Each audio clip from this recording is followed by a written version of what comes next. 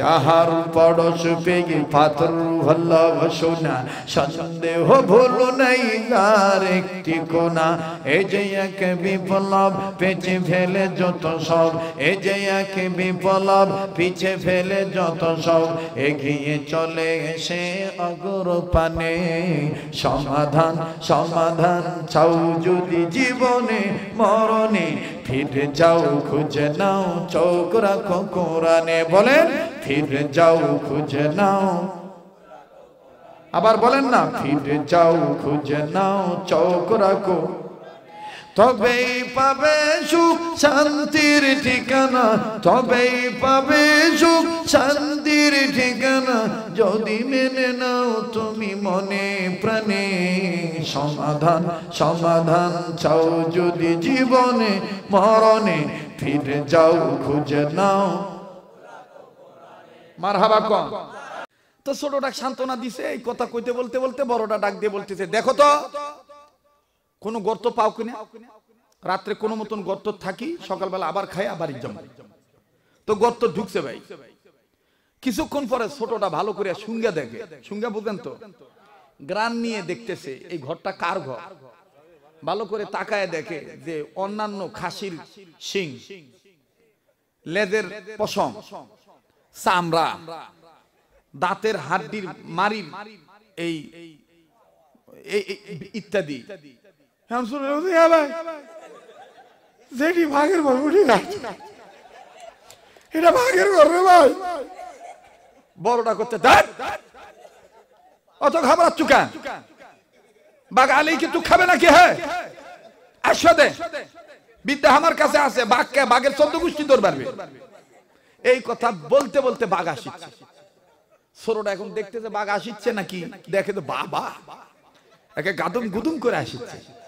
ছোটটা এখন টুক করে মাথা নিচে দেখতে, বড় ভাই খাবে। বড়টা করছে আমি যা কই তুই খালি হো হো করবো, ঠিক ঠিক করে গগাবো, দেখবো বাঘকে বাঘ দৌড় মারবে।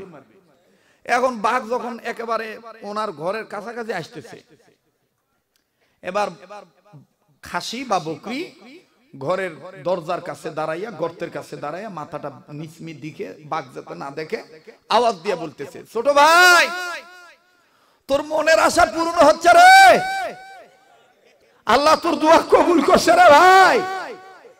ছোট ছাগল এখন কে রে, কথা নাই বার্তা নাই, কি দোয়া কবুল হলো, কি মনের আশা পূরণ হলো। ভট করে ডাক দিয়ে বলছে, কে তোর মনে নাই ভাই, আজকে 6 মাস ধরে তুই আমার কান ঝালা ভালা করে দিছু, বাঘের গোস্ত খাবো, বাঘের গোস্ত খাবো। ওই যে আসিচ্ছে বাঘ, আলেই তুক ধরে খাওয়া মরে ভাই। এই কথা যখন বাঘ শুনছে, বলেন যত বড় ক্ষমতাধর বাঘ হোক, উই আর ঘরে ঢুকবে? কথা কয় না। ওই লেন্দার নিচের মিকে দিয়া বিড়ালের মতন দৌড়। তো দৌড়ানোর সময় গাছের ডালে আবার বান্দর, বান্দর আবার ডাক দেখে, কে মামা ওদিক কুট যাচ্ছি, তোমার ঘর তো এইদিকে। বাঘ তখন ডাক দিয়ে বলতেছে, আমার ঘরে কে জানি ঢুকেছে, আমার গোস্ত খাবে। বান্দর ডাক দেখে, তুমিও বকরি তালে পকরি হলেন নাকি, ছাগলের তালে পাগল হসি। কারণ বান্দর দেখছে 2টা ছাগল সন্ধ্যার সময় ঘুরঘুর করেছে, কত মামা ওরা বাঁচার জন্য তোমার ফলটে ভালাবে, এই জন্য উপায় অন্ত না পাই এই চিল্লাইছে, আসেন তো দেখি তো, আমি আপনার ভাগ্নে, আপনি আমার মামা, মামা ভাগ্নে, যেখানে বিপদ নাই আসেন আগা দিয়ে আসি। বাঘ চিন্তা করলো যে তো আগা দিবে, বাঘ যাবে চায় না, কারণ নিজের কানে শুনছে তো। বান্দর করছে, এত ভয় যদি পান মামু, তাহলে ধরেন আমার নেন্দার সাথে আপনি নেজ বাঁধেন, খালি আগে আমার খাবে, পরে আপনি খাবে, আগে আমি জানি। তো বান্দরের নেন্দার সাথে বাঘের নেন্দা বাঁধছে, বান্দা বানর আগে আগে। তো ছোটটা বড়টা করতে দেখতো বাঘ গেছে নাকি আসিচ্ছে, তাকে দেখে দে বাঘ একলা না, বান্দর শুদ্ধ আসিচ্ছে। ছোটটা এখন বড়টা করছে, বড় ভাই বিপদ তো খারাপ, কাম তো খারাপ, কাম তো খাম হয়ে গেল। কে এখন ডবল আসিচ্ছে, সাথে বান্দর আসিচ্ছে। তবে দেখনু বান্দরের নেন্দার সাথে বাঘের নেন্দা বান্দা। তো বড়টা করতে, তোর বুদ্ধি নাই? ছোটটা, হ্যাঁ বুদ্ধি আছে, তাহলে আমি যা কম আপনি খালি ঠিক ঠিক করবি। এবার ছোটটা আসা গর্তের মুখের কাছে হারে হাঁ গগাচ্ছে আর চিল্লাচ্ছে আর ডাক দিয়া করছে, ও বড় ভাই বাঘ পলাইতে পারে নাই। বড় কয় কেন? কয় কি আপনার মনে নাই 6 মাস আগে বান্দরের দায়িত্ব দিছিলেন, মোটা দাদা বাঘ পাইলে নেন্দার সাথে নেন্দা ভান্ডালি আসবে। এই দেখেন বান্দর আমাদের সবক মেনেছে, নেন্দার সাথে নেন্দা ভান্ডালি আসিচ্ছে, নো চিন্তা নো ফুর্তি। এই কথা শুনে বাঘ কয় সর্বনাশ তো, ওরা তো ঠিকই হামা কতগুবি নেন্দার সাথে নেন্দা ভান্ডালি হামাক মারা ফেলবে। তোর নেন্দা নিজে বাঁচলে নেন্দা হবে বড়, নেন্দা সিরা মিরা দৌড়। তো ভাই তুই জিহাদ কর, তুই তবলিগ কর, তুই পীরগিরি কর, তুই বুকত হাত বান, আমিন জোরে ক, আমিন আস্তে ক, ঠ্যাং ফাঁক করে নামাজে দাঁড়া, ঠ্যাং মিলে দাঁড়া। ইমাম মালিকও আমাদের, ইমাম আহমদ ইবনে হাম্বলও আমাদের, ইমাম শাফিও আমাদের, ইমাম আবু হানিফা রাহমাতুল্লাহ আলাইহি তিনিও আমাদের। আমরা কেউ এই ইমাম ছাড়া না, এই কেউ আমরা মাযহাব ছাড়া না। কথা বলেন ঠিক কি না? আমরা আমাদের নিজেদের মধ্যে অনৈক্য সৃষ্টি না করে ঐক্য গ্রহণ করতে যদি পারি, খোদার কসম এই দেশে কারো বাবার শক্তি নাই। কেউ কাউকে মানুষ থেকে বান্দর বানাইতে চায়, মানুষ মানুষই থাকবে, কেউ কাউকে বান্দর বানাইতে পারবে না। ইসলাম এমনিই কায়েম হবে। আগে ঐক্য গ্রহণ করো, দলাদলি বাদ দাও, বাতিল ফেরকারা নেন্দা ছিঁড়ে বামপন্থীরা দৌড় মারবে, হকের আওয়াজ বন্ধ করতে পারবে না। এই জন্য আমাদের এক হইতে হবে। কথা কয় না, বাস্তব না বাস্তব? কে ভাই মন চাচ্ছে কিছু সময় দেওয়া? ও ভাই আরো বাড়াতো, তোর মাইকিং কে করে? আর তুই না বুঝলে এটি আমি উঠ যাই।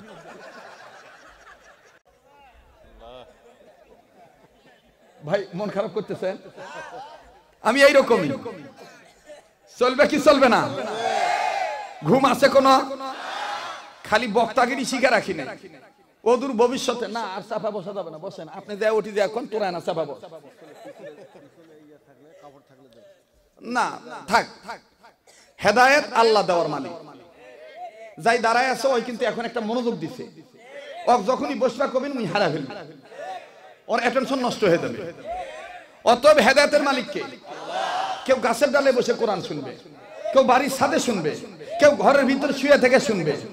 হেদায়েতের মালিক বক্তা না, হেদায়েতের মালিক কমিটি না, হেদায়েতের মালিক একমাত্র আল্লাহ।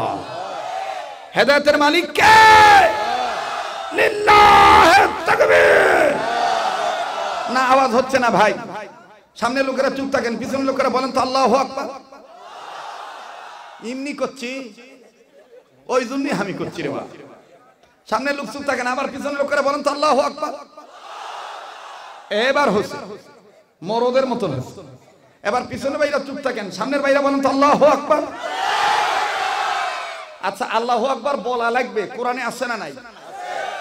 আমার দেশত কেউ কেউ বুলসার মাইলা গপ্প দিয়ে কয় নারায়ে তাকবীর এটা অমুক দলের স্লোগান। উনি জীবনও মাদ্রাসাত পড়েন, উনি এটা হিংসুক হয়ে এই কথাগুলো বলেন ধর্মীয় অনুভূতিতে আঘাত করার জন্য। কথা বলেন ঠিক কিনা? আল্লাহু আকবার বলা লাগবে, নির্দেশ কার? ইয়া আইয়ুহাল মুদাথথির কুম ফাআনযির ওয়া রাব্বাকা ফাকাব্বির। ইয়া আইয়ুহাল মুদাথথির কুম ফাআনযির ওয়া রাব্বাকা ফাকাব্বির। আমি কি গজল গাইলাম, গান গাইলাম, কি তেলাওয়াত করলাম? তো মুমিনের সামনে কোরআন তেলাওয়াত করলে মুমিনের ঈমান বাড়ে না কমে? তো যাদের ঈমান বাড়ে তাদের জবান দিয়ে আল্লাহু আকবার আসতে হয় না জোরে হয়? তো কই জোরে কলিন বা এনা জোরে কোন দিনে আল্লাহু আকবার? আল্লাহু আকবার জোরে বলিলে শয়তান পাদিতে দৌড় মারিবে। শয়তান খেদানো দরকার আছে না নাই? তা আবার একটু জোরে কোন আল্লাহু আকবার। আল্লাহু আকবার বলা মানে রবের নামের জিকির করা। কার নামের জিকির করা? রবের নামের জিকির করতে হবে। কোরআনে আছে না নাই? ওয়াযকুর ইসমা রাব্বিক, ওয়াযকুর ইসমা রাব্বিক, ওয়াযকুর ইসমা রাব্বিক। আমাদের দেশে অনেক বক্তা আছে কোরআন শরীফ শুদ্ধ করে পড়তে পারে না, ওই মুফাসসির। নামাজ ভাঙার কারণ 19টা। প্রথম শর্ত হইল, প্রথম কারণ হইল নামাজে অশুদ্ধ তেলাওয়াত করা।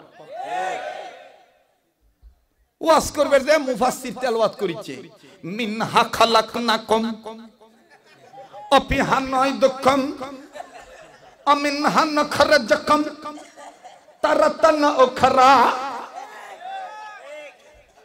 আবার খুব সহিয়াদিস বকে, নিজের পড়াই সহি নাই। না, মাইকটা আমার ফেভার হচ্ছে না ভাই, আওয়াজটা আর একটু ক্লিয়ার করো। তোমার মাইক তো ভালো, তোমার মেশিন তো ভালো। আমার ভাইরা, আমার বন্ধুগণ, বাস আর হাত দিও না ভাই, শোনা ভাই, আর হাত দিও না, থাক। শোনেন, একটা কথা বলি, পবিত্রতার দাম আছে। আমি এরকম এক মাইকলা কইছি যে তুই ওযু করছু, মাইকলা আমার সাথে লাস্টে আমার হাত ধরে কয়, হুজুর জীবনে কোনোদিন কোনো বক্তা আমাদেরকে ভাই বলে নাই। আমি কই তুই ওযু করে মাইক দিয়ে ধরবি, আল্লাহ তোর কামায় বরকত দিবে। কয় হুজুর আজকে আপনার হাত ধরে তওবা করলাম, জীবনে বিনা ওযুতে মেশিনে হাত দিব না, আর এই মাইক গানে দিব না। এই জন্য কোন আল্লাহওয়ালার ধমেকেও মানুষের দিল পরিবর্তন হয়ে যায়। কথা কয় না, জোরে বলেন। আমি যে তাকে রসিকতা করে বলি, যাই ভাবে বলি যে ওযু করছিস, এই কথাটা আপনারা দুষ্টামি মনে করবেন না, আমি ওর ভালোর জন্য বলছি। আর সবসময় আমাদের পবিত্রতা অর্জন করে থাকা দরকার, কারণ কখন মৃত্যু এসে যায় বলা যায় না। তবে ইল্লা মাশাআল্লাহ অনেক মাইকলা নামাজি, ওযু করনেওয়ালা, দিনদার, যার কারণে এখনো দিন টিকে আছে, ঠিক কিনা বলে? আল্লাহ পাক আমাদের সবাইকে পবিত্রতা অর্জন করার তৌফিক দান করেন।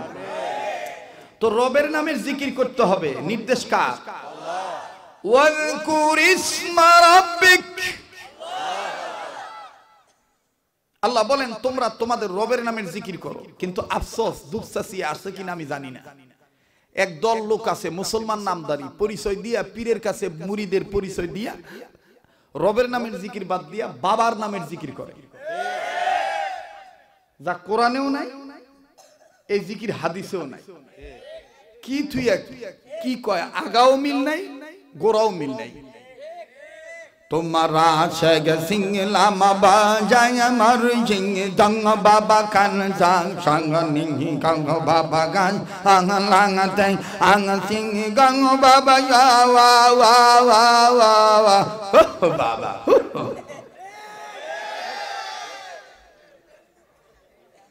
এলা যদি জিকির হয় তাহলে তামাশা কোনটা? কথা কয় না, এগুলো জিকির না, জিকির নামে তামাশা। কথা বলেন ঠিক কিনা? কে ভাই কোরআন হাদিসে আল্লাহ সুন্দর সুন্দর নামের অভাব পড়ছে রে ভাই? হ্যাঁ, হুজুরকে একটা সেদ দাও, তবু একটা হাতাওয়ালা সেদ দাও। মোহতারাম হাজিরিন, আমার ভাইরা, কোরআন হাদিসে সুন্দর সুন্দর নামের অভাব পড়ছে আল্লাহ।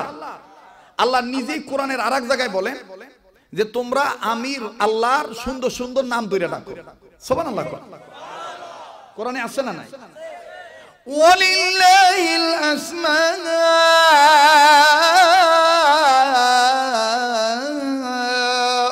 হুসনা।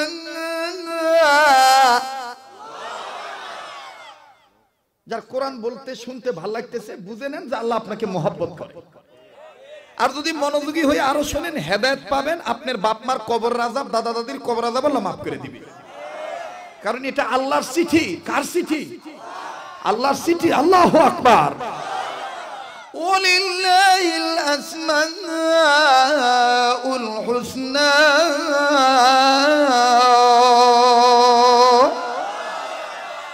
আল্লাহ রে ডাক রে বান্দা, আল্লাহ বলে ডাক। বলেন না, আল্লাহ রে ডাক রে বান্দা। সবাই আল্লাহ রে ডাক রে বান্দা। যারা এটা আসতে বলবে মনে করবেন ওরা বাবার গ্রুপের লোক, এই জন্য আল্লাহর ডাক পেছাচ্ছে না। আল্লাহ রে ডাক রে বান্দা, জোরে আল্লাহ রে ডাক রে বান্দা। ও তারে ডাকতে ডাকতে তোর জীবনের গুনাহ হবে মাফ, ঠিক কিনা বলে? ও তারে ডাকতে ডাকতে তোর জীবনের গুনাহ হবে মাফ।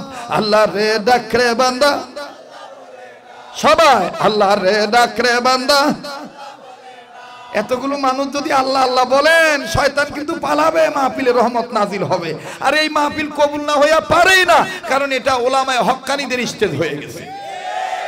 আল্লাহ রে ডাক রে বান্দা, আল্লাহ বলে ডাক, বলেন আল্লাহ রে ডাক রে বান্দা। ও তারে ডাকতে ডাকতে তোর কলবের ময়লা হবে সাফ।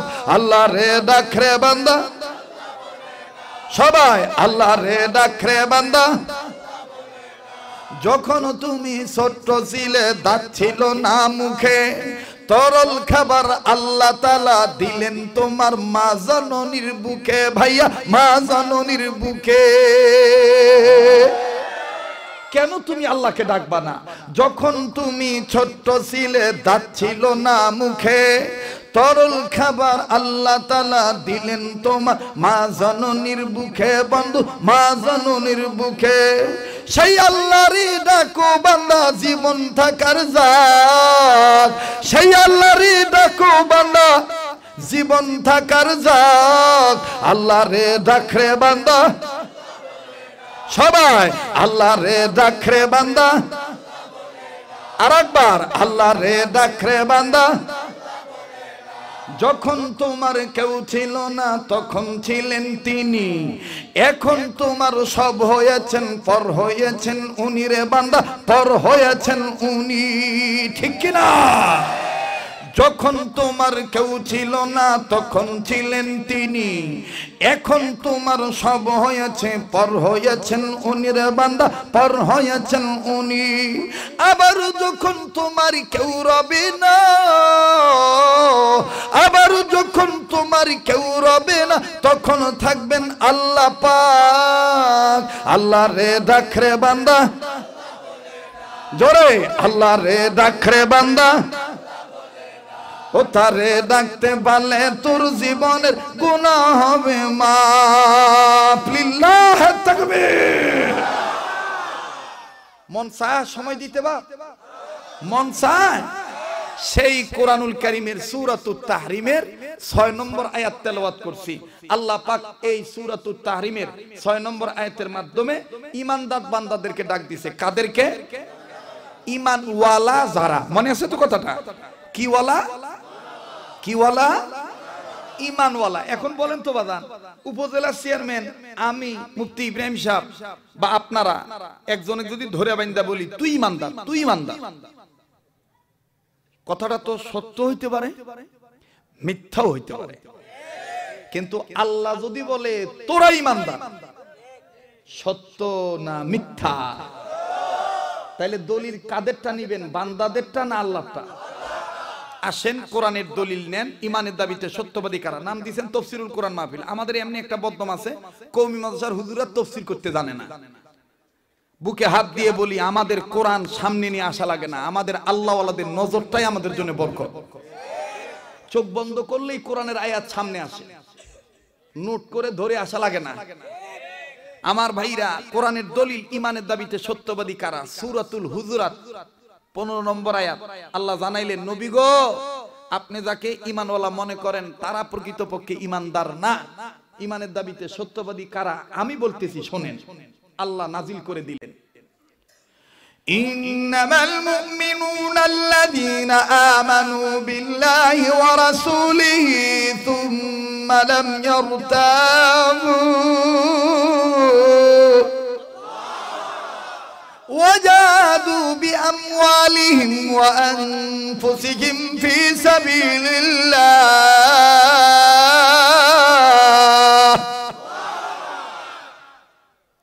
আল্লাহ বলেন, ওগো নবী, ঈমানের দাবিতে সত্যবাদী তারা কারা?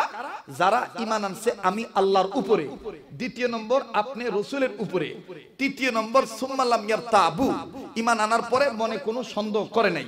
সন্দেহ না করে ওয়াজাহাদু, অনুরোধ করব কেউ চলে গেলে চলে যাইতে দিবেন, কারণ কোরআন হাদিসের বয়ান সবার বোঝার ধারণ ক্ষমতা নাই। কথা কয় না? কিন্তু যাদের সম্পর্ক কোরআন হাদিসের সাথে আছে তারা বলবে না, চমৎকার আলোচনা, বিশুদ্ধ কোরআন হাদিসের আলোচনা। কথা বলেন ঠিক কিনা? আল্লাহ বলেন সুম্মা লাম ইয়ারতাবু, বাদানি বাচ্চাগুলো একটু তাড়াতাড়ি যাইতে দাও তো, কি এক ডিস্টার্বের পালাত পড়লাম রে ভাই, দাও আব্বু। এই বুড়া বাবার হয়তো প্রাকৃতিক সমস্যা চাপ দিছে না, তাড়াতাড়ি যাবার দেরে, তাড়াতাড়ি যাবার দেরি। শয়তানের মাথা গরম হয়ে গেছে যে এই মাহফিল যেন কবুল না হয়, কিন্তু শয়তান আবার উম্মতের হক্কানি আলেমদের সাথে পারে না। মারেন জোরে আউযু বিল্লাহি মিনাশ শাইতানির রাজিম। আবার এখানে আসে কেন, এদিকে আসতে দেন কেন, কি সমস্যা কি? এই এখানকার হুজুররা কই?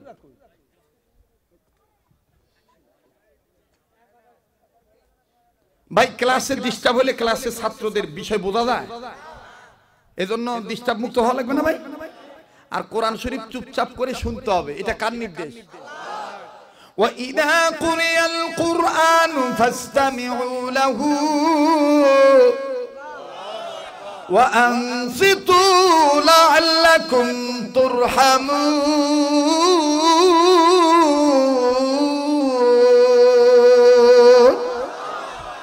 আল্লাহ বলেন তোমরা রহমত চাও, আমার কোরআন তেলাওয়াত তোমরা চুপচাপ বসে শোনো, তাইলে আমি আল্লাহ রহমত দেব। এর জিজ্ঞাসা করলেন আল্লাহ হেদায়েত দিবেন না? আল্লাহ বলেন তোমরা যদি কোরআন শরীফ মনোযোগ সহকারে শোনো এবং মানো, আমি আল্লাহ হেদায়েত দিব, আমার রহমতের কুলে জান্নাতে যাওয়ার সোজা রাস্তা দেখাই দেব। সুবহানাল্লাহ। কোন আল্লাযীনা ইস্তামিউনাল কওলা ফায়াত্তাবিউনা আহসানাহু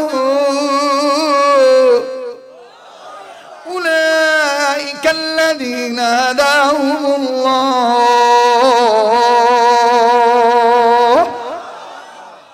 এ কথা কার?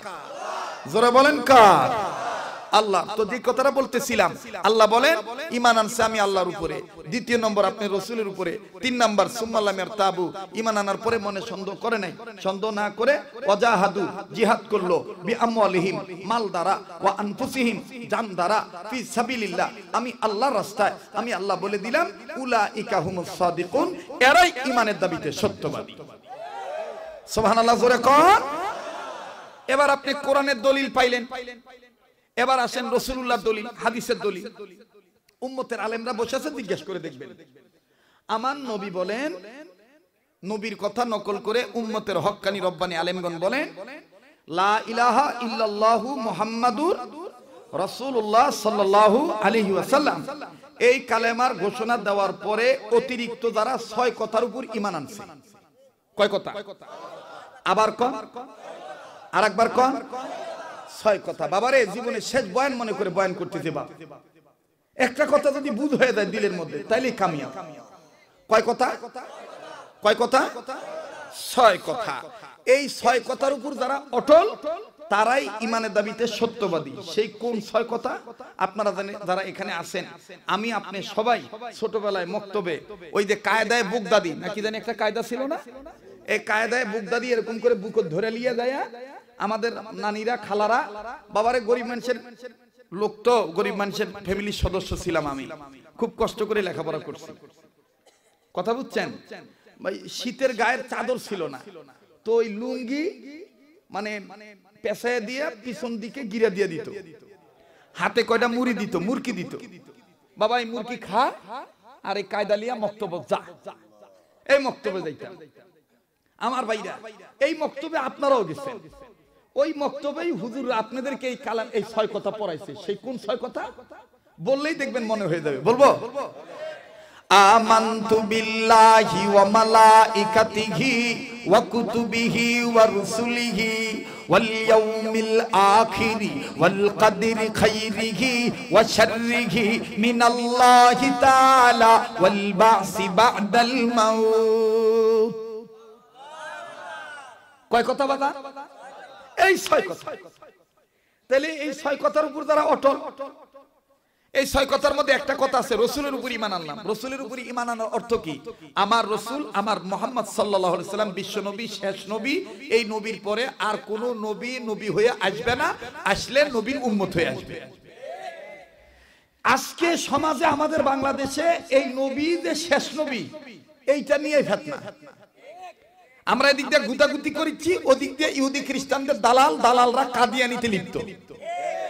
তারা নবীদের খতমে নবুয়তের গায়ে আঙ্গুল দিচ্ছে, কলঙ্ক লাগাচ্ছে। আজকেও পঞ্চগড়ের জমিনে কোরআন প্রেমিক, নবী প্রেমিক একজনের গায়ে, শরীরে গুলি লাগছে।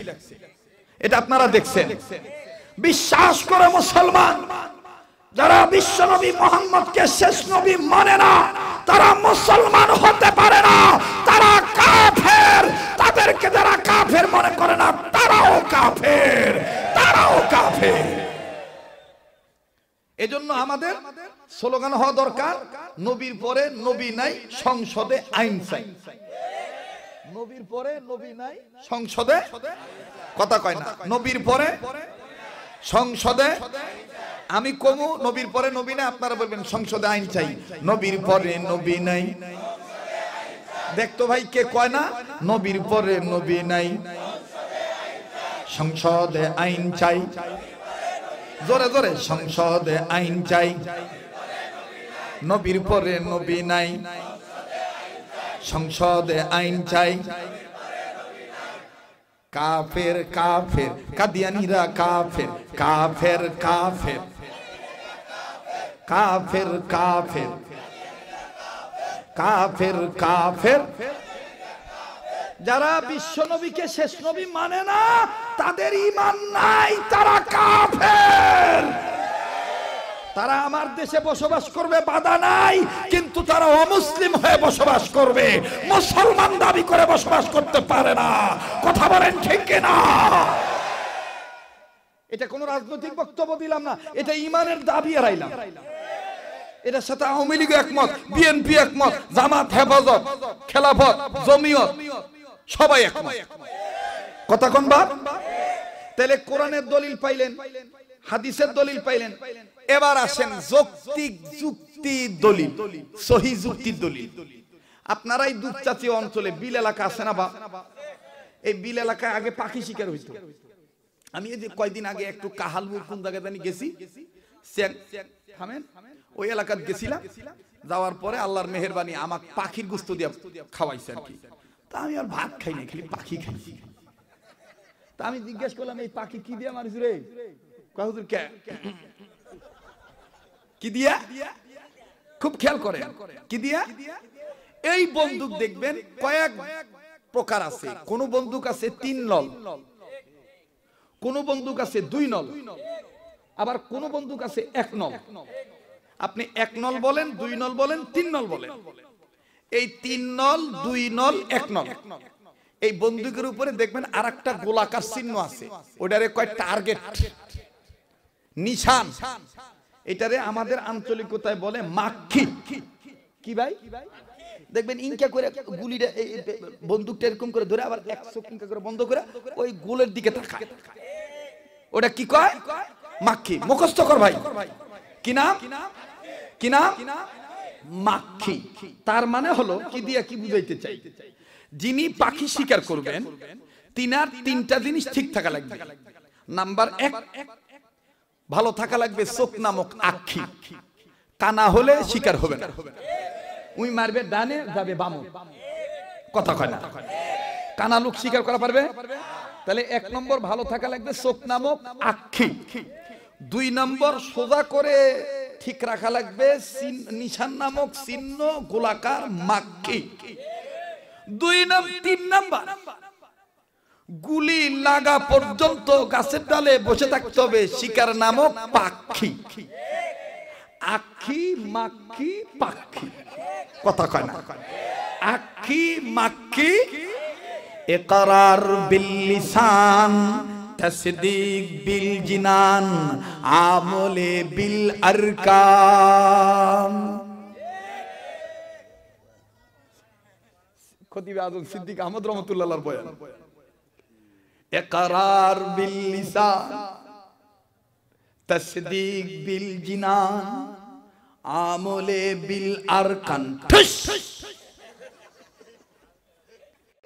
ফাদখুলি ফি ইবাদি ওয়াদখুলি জান্নাতি। পড়েন, ফাদখুলি ফি ইবাদি ওয়াদখুলি, বলেন না, ফাদখুলি ফি ইবাদি ওয়াদখুলি জান্নাত। কেমন লাগতেছে আলোচনাটা? আলহামদুলিল্লাহ, ক্লাসের মতন মনে হচ্ছে না? কোন ব্যক্তি কোন গোষ্ঠীর বিরুদ্ধে বলছি, ডাইরেক্ট কোরআন সুন্নাহ ভিত্তিক কথা বলছি। আমি মুসলমান, আমি জবানে বলবো আমি মুসলিম, আমার অন্তরও থাকবে মুসলমানি চরিত্র, আমার কর্মেও থাকবে আমার ধর্মের পরিচয়। কথা বলেন ঠিক কিনা? তাহলে আমি জান্নাত পাবো, নতুবা জান্নাত পাবো না। সেই ইমানদারদেরকে কে ডেকেছে মনে আছে তো? কিওয়ালা? ইমানওয়ালা। কিওয়ালা? কিওয়ালা? আল্লাহ ইমানওয়ালাদেরকে ডাক দিয়ে বললেন, ও ইমানওয়ালা গণ, তোমরা নিজেরা জাহান্নামের আগুন থেকে বাঁচাও, নিজেদের অধীনে যারা আছে তাদেরকে জাহান্নামের আগুন থেকে বাঁচাও। বুঝে থাকলে বলেন নির্দেশ কার? আবার বলেন কার?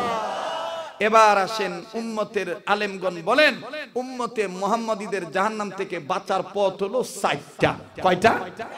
আবার কও ভাইয়া, কয়টা? 4টা। কি কি? নাম্বার 1 আলেম হওয়া। নাম্বার 1 মুখস্থ করা লাগবে। নাম্বার 1 ওই যে শুরুতে বলছিলাম বক্তার পাগল হবিন না, আলেমের পাগল হবি। উম্মতে মুহাম্মাদীদের জাহান্নাম থেকে বাঁচার পথ কয়টা? 4টা। নাম্বার 1 আলেম হওয়া। নাম্বার 2 আলেমের ছাত্র হওয়া। নাম্বার 3 আলেমের কথা শোনা। নাম্বার 4 আলেমকে মহব্বত করা। সুবহানাল্লাহ বলবেন না? আলহামদুলিল্লাহ আমরা বর্তমান দলমত নির্বিশেষে সবাই এই 4 গ্রুপের লোক। কেউ আলেম হয়ে স্টেজে বসছে, কেউ আলেমের ছাত্র হয়ে নিচে বসছে, কেউ আলেমগণের কথা শুনতেছে, কেউ আবার আলেমদের মহব্বত নিয়ে শেষ পর্যন্ত থাকার নিয়ত করছে। কথা কোন ঠিক কিনা? তাহলে উম্মতে মুহাম্মাদীদের জাহান্নাম থেকে বাঁচার পথের 4 পথের মধ্যে 2 নম্বর পথ কি? আলেমের ছাত্র হওয়া। মুখস্থ বলেন, বলেন আলেমের। মুসলমান ভাইরে মাপ চেয়ে নিচ্ছে বন্ধু, আজকে ভূমিকায় অনেকটা লম্বা সময় হয়ে গেছে। এটা আমি পরিবেশ গোছানোর জন্য বাদান একটু সময় নিয়েছি, মনে কিছু নেবেন না বন্ধু। দিলের কান লাগায় কথাগুলি শুনবেন। জীবনের শেষ বয়ান মনে করে বয়ান করছি, দিলটা নরম করবেন। কান্না না আসলো কান্নার ভান ধরবেন। কিছুক্ষণ পর দেখবেন এই জমিন থেকেও কান্নার আওয়াজ আসবে। আমার বন্ধুগণ, আমার ভাইরা, কেউ চলে গেলে চলে যেতে দিবেন। আমার বন্ধুগণ, কারো যাওয়া দেখে কেউ যাবেন না। আরে বাবাজি, দুনিয়া কিন্তু থাকার জায়গা না। এই দুনিয়ায় কেউ চিরদিন থাকতে পারবো না। আমার বন্ধুগণ, আমার ভাইরা, কার পিছনে জানি মালাকুল মউত দাঁড়ায় রইছে, কার জন্য জানি জংলার বাস রেডি হয়ে গেছে, কার জন্য জানি আমার বন্ধুগণ কাফনে কাপড় তৈয়ার হয়ে গেছে, কার জন্য জানি কবরের মাটি বায়না হয়ে গেছে। বাবাজি, এই জন্য নিজের কবরে নিজের যাওয়া লাগবে। আমার বন্ধুগণ, নিজের নিয়ে নিজে চিন্তা করি। আমার কবরে যেহেতু আমারই যাওয়া লাগবে, একটু দিলটা নরম করার চেষ্টা করেন। ও বাড়িওয়ালা মা বোনেরা, ও আমার ভাই বাবারা, যে দোকানে আসো দোকানে বসেই বয়ান শোনো, যে বাড়িতে আসো বাড়িতে বসেই বয়ান শোনো, ও গাড়িতে যারা আসো গাড়িতে বসে বয়ান শোনো। বাজান রে, কেউ কারো দিকে খেয়াল দিও না। আমার বন্ধুগণ, আমার ভাইরা, দুনিয়া কিন্তু থাকার জায়গা না। ও আমার মা বোন গো,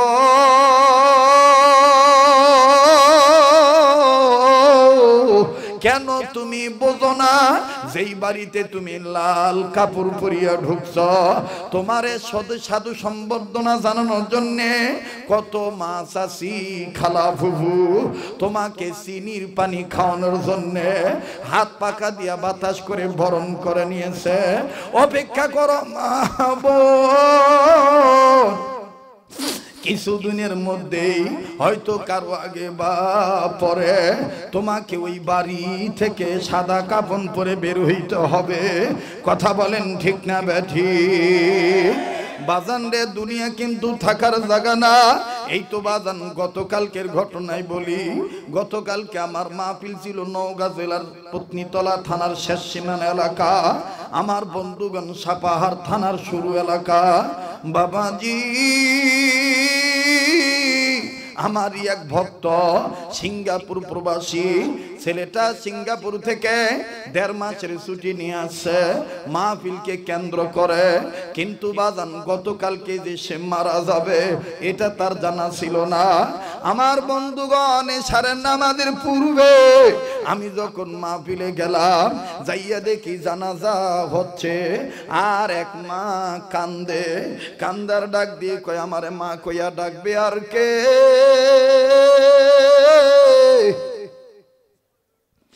আমাকে আর কে মা কইয়া ডাকবে? বাবা তোর সিঙ্গাপুরে থাকাই ভালো ছিল, তোর সিঙ্গাপুর থেকে আসাটা ঠিক হয় নাই, আমি আর মা ডাক শুনতে পারবো না।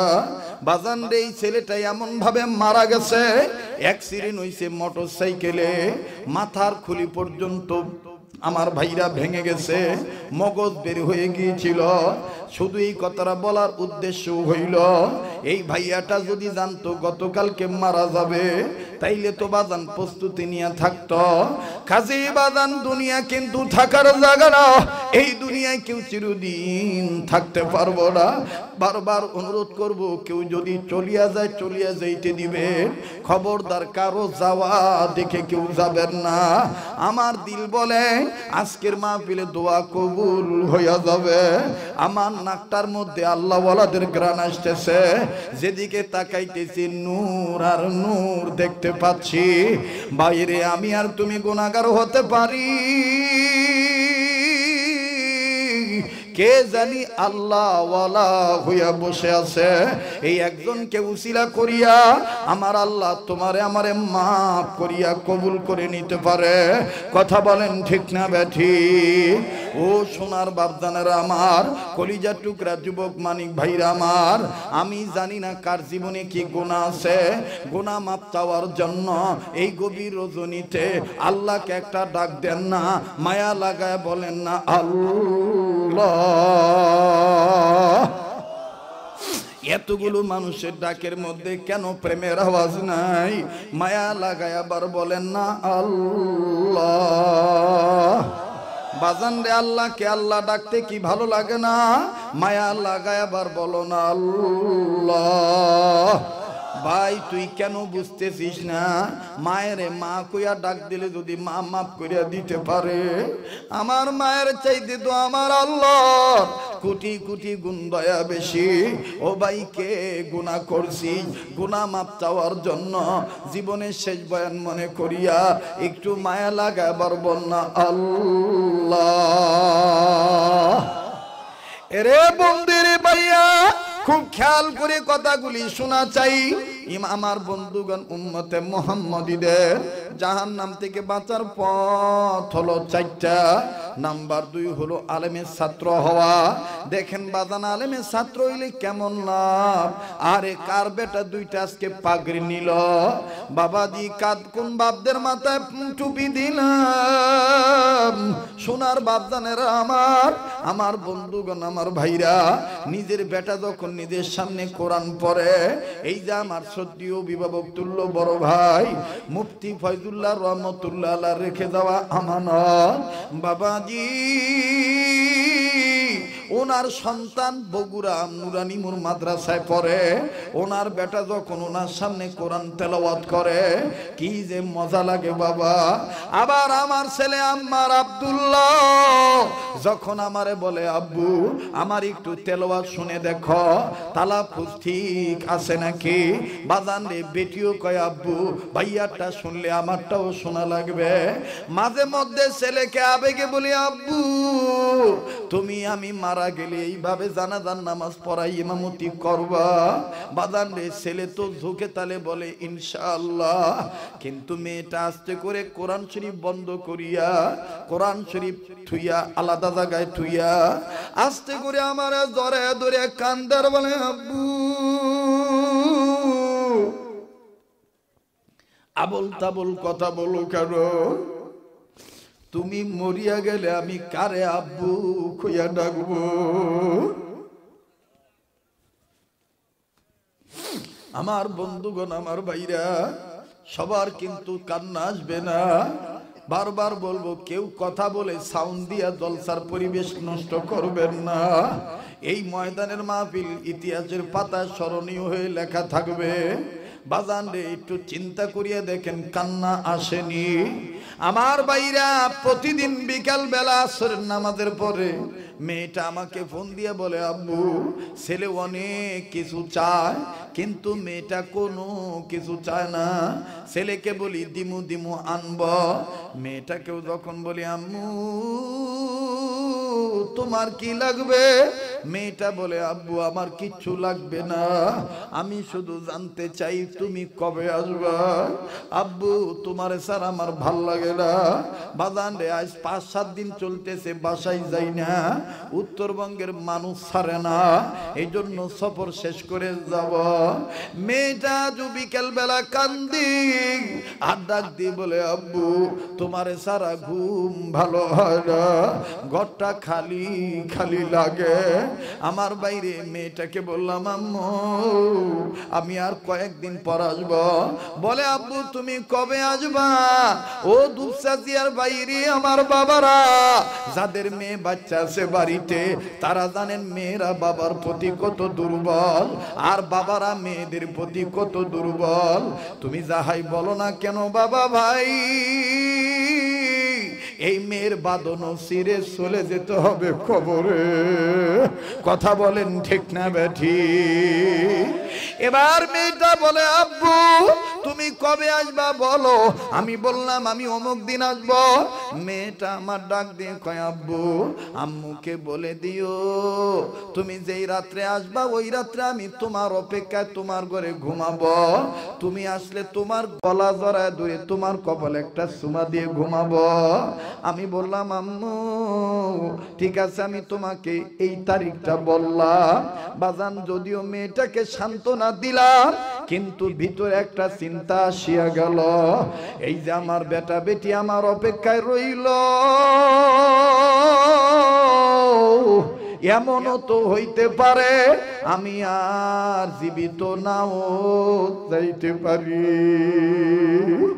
আমার লাশ বাড়িতে যাইতে পারে। আমার মুখ বন্ধ চোখ বন্ধ নাক কানে তুলা দেখে, আমার চেহারা ঢাকা দেখে আমার মেয়েটা ছেলেটা চিল্লায় বলতে পারে, আম্মু গো আব্বু কেন কথা বলে না, আব্বুকে কেন বাইরে রাখছ, আব্বু কেন আমাদের আদর দেয় না। ও ভাই, তুই কোন দুনিয়ার মোহে পড়িয়া জাহান্নামী হইতেছিস? বাইরে আমি তামাশা করার জন্য আসি নাই, এক ফোঁটা চোখের পানি দেখ ফালাইতে পারিস কিনা? এ বন্ধু, তোমার আমার দিন এরকম সামনে আসছে যে সব মায়া মোহাব্বত ছিন্ন করিয়া কবরে যাওয়া লাগবে। ওই কবরটা যদি জাহান্নাম হইয়া যায় তোমার উপায় নাই, আমার উপায় নাই। বাজান রে, মায়া লাগে একটা ডাক দাও না, বলো না আল্লাহ। দেন না দেন না দেন না, ডাক দেন না রে বাবা, আরে বলেন না আল্লাহ। বাজান, কেউ কারো দিকে তাকাইও না। কি এমন গুনাহ করছো চোখ থেকে পানি পড়তে চায় না? আমার বাইরে কান্না না আসলো, কান্নার ভান ধরো, কান্নার অভিনয় করলো, আমার আল্লাহ মাফ করিয়ে দিবে। এই জালসাগুলো তো এই উদ্দেশ্যেই দেওয়া, গুনাহ মাফ করা, মা বাবার কবরে আযাব মাফ করাইয়া নেওয়া। এ বন্ধু, আর লম্বা করতে চাই না, আলেমের ছাত্র হইলো দেখেন কি লাভ। মুসলমান বাইরে উম্মতের আলেমরা বসা আছে, আজে বাজে কোনো বক্তব্য নয়। এই দুনিয়ার জমিনের উপরে, দুনিয়ার মধ্যে সারা ওয়ার্ল্ডে যত বড় বড় তাফসীরের কিতাব আছে, সব চাইতে বড় তাফসীরের কিতাবের নাম হলো তাফসীরে কাবীর। এই তাফসীরে কাবীরের মুসান্নিফ ফখরুদ্দীন রাজি রহমাতুল্লাহি আলাইহি, উনি উনার তাফসীরে কাবীরের মধ্যে লেখেন, ভাইরে তোর কাছে মোবাইল থাকলে তুই অডিও রেকর্ড করে নিয়ে যা। বারবার বলি, জীবনের শেষ বয়ান মনে করে বয়ান করছি। আমার বন্ধুগণ, আমার ভাইরা, এই আল্লাহর ওলি ফখরুদ্দিন রাজি রহমাতুল্লাহি আলাইহি তিনি তার তাফসীরে কাবীরের মধ্যে লেখেন, আল্লাহর একজন পয়গম্বর উনি আল্লাহ পাকের নির্দেশে নিজের কর্ম করার জন্য যাচ্ছিলেন। খেয়াল করে শোনেন, একটু বেখেয়াল হলে আলোচনা বুঝতে কষ্ট হবে। কেন বেটা বেটিকে প্রাথমিক ইসলামের শিক্ষাটা দিবেন না? এ বন্ধু ভাইয়া, এই পয়গম্বর আল্লাহ পাকের নির্দেশে নিজের কর্মে নিজে যাচ্ছে। প্রতিমধ্যে একটা কবর দেখলেন, এই কবর থেকে আগুন জ্বলে দাউ দাউ করে উপরের দিকে উঠতেছে। পয়গম্বর নজর করিয়া দেখেন কবরের ভিতরে সাপ বিচ্ছু লোকটাকে কামড়াইতেছে। এ বাদান সাংঘাতিক আযাব হইতেছে। পয়গম্বর কাউকে কিচ্ছু বললেন না। ফখরুদ্দিন রাজি রহমাতুল্লাহি আলাইহি তাফসীরে কাবীরের মধ্যে লেখেন, এই পয়গম্বর কাউকে কিচ্ছু না বলিয়া নিজের কর্মে নিজে চলিয়া গেলেন।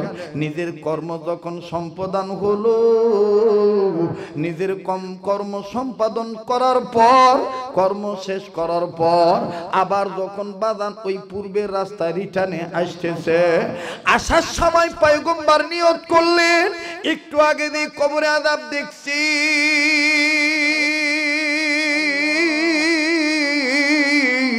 এখন আমি আবার ওই কবর দেখব। এইবার পয়গম্বর যখন আবার ওই কবর দেখলেন, এখন পয়গম্বর নজর করিয়া দেখেন একটু আগে যে কবরে আযাব ছিল, এখন আর কবরে আযাব নাই। কবরওয়ালা জান্নাতের বিছানায় ঘুমায়। নারায়ে তাকবীর। পয়গম্বর ডাক দিয়ে বললেন, আল্লাহ একটু আগে দিয়ে কবরে আযাব দেখলাম, এখন দেখি কবরে আযাব নাই, কবরওয়ালা জান্নাতের বিছানায় ঘুমায়। সোনার বাইরে দুপচাচিয়া থানায় বহুত মাহফিল আমি করছি, কিন্তু আজকের মতন এইরকম জান্নাতি সুশৃঙ্খল পরিবেশ, শ্রোতাদের আকর্ষণীয় মনোযোগ বাজানরে আমি খুবই এই দুপচাচিয়া থানায় কম পাইছি। কিন্তু বাজানরে আজকে আমার দিল বলে আল্লাহ তাআলা আজকের মাহফিলের দোয়া কবুল করবে। কাজেই বাজান কেউ নড়বেন না, কেউ কারো দিকে তাকাইবেন না, নিজের চিন্তা নিজে করো বাবা।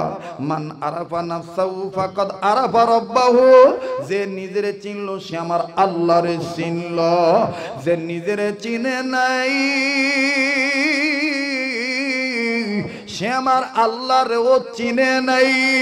ও চিশতিয়া তরিকার লোকেরা, ও কাদেরিয়া তরিকার বাবারা, ও নকশবন্দিয়া মুজাদ্দিদিয়া সোহরাওয়ার্দিয়া সাবিরিয়ার ভাইরা, আমিও তো তোমাদের একজন তরিকতের ভাই।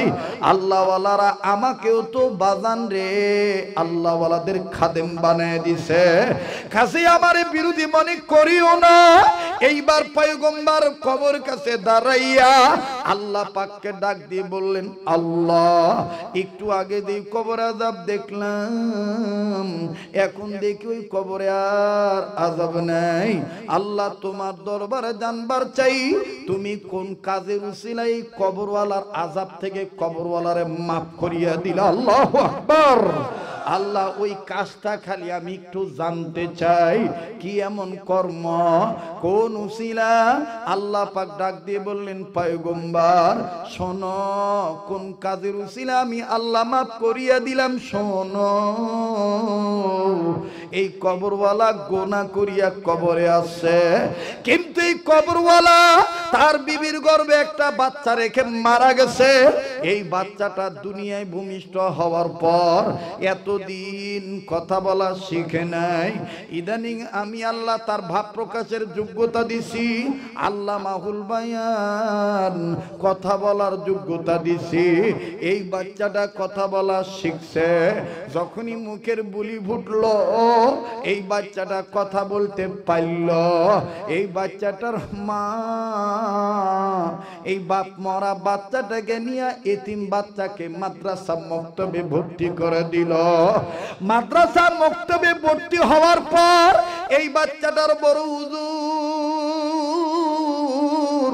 আলেম হইয়া এই বাচ্চাটাকে আলেমের ছাত্র বানাইয়া এই বাচ্চাটাকে প্রথম একটা সবক পড়াইল। আর এই শিশু বাচ্চা, মাসুম বাচ্চা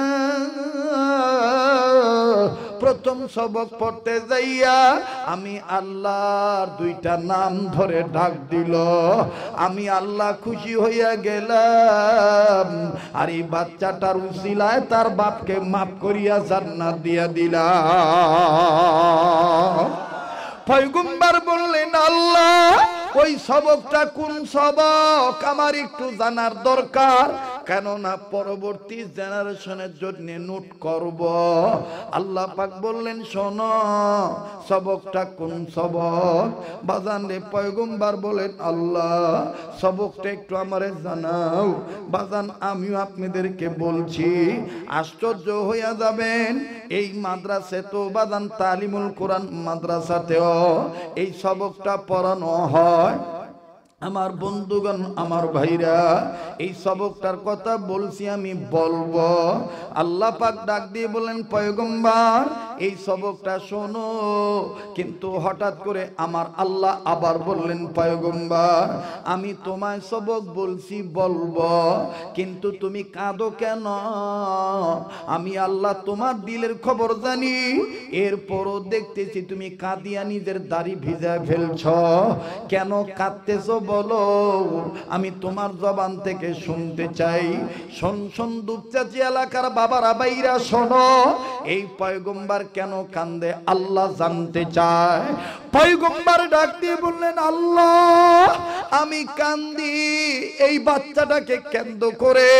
এই বাচ্চাটা কত বড় বরকতি বাচ্চা, এই বাচ্চাটার উসিলায় তার বাপ মা পাইয়া গেল।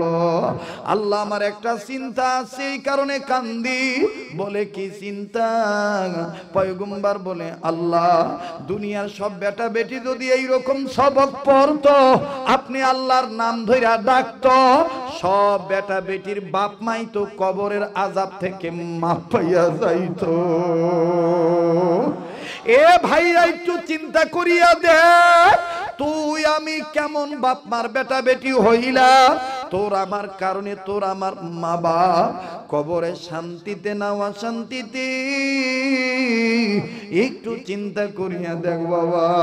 বারবার বলি, কেউ যদি চলিয়া যায় চলিয়া যাইতে দিবি।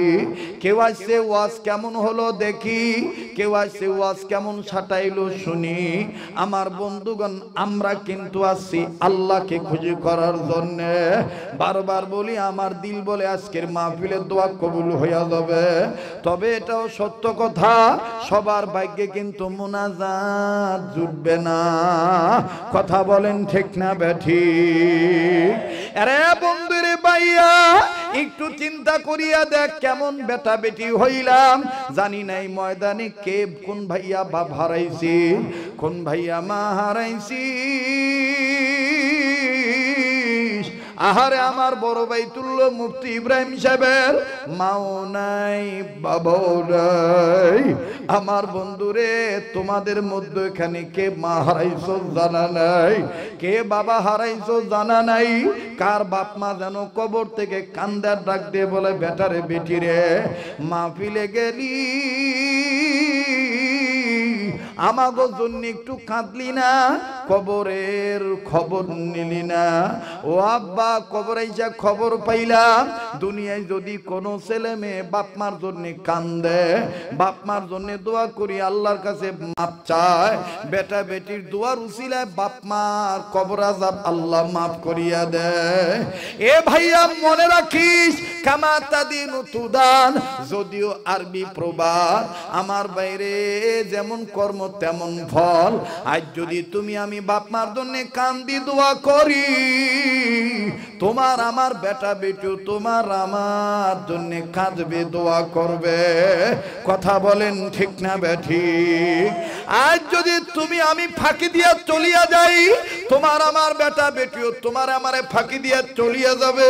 ও ভাইয়া, ও বোন, ও বাবা, ও মা, কোন বাপেরে তুমি ভুলিয়া গেছ, কোন মায়েরে তুমি ভুলিয়া গেছ। দুনিয়ায় যার বাবা নাই তার মতন বড় অভাবী আর কেউ নাই। নাই।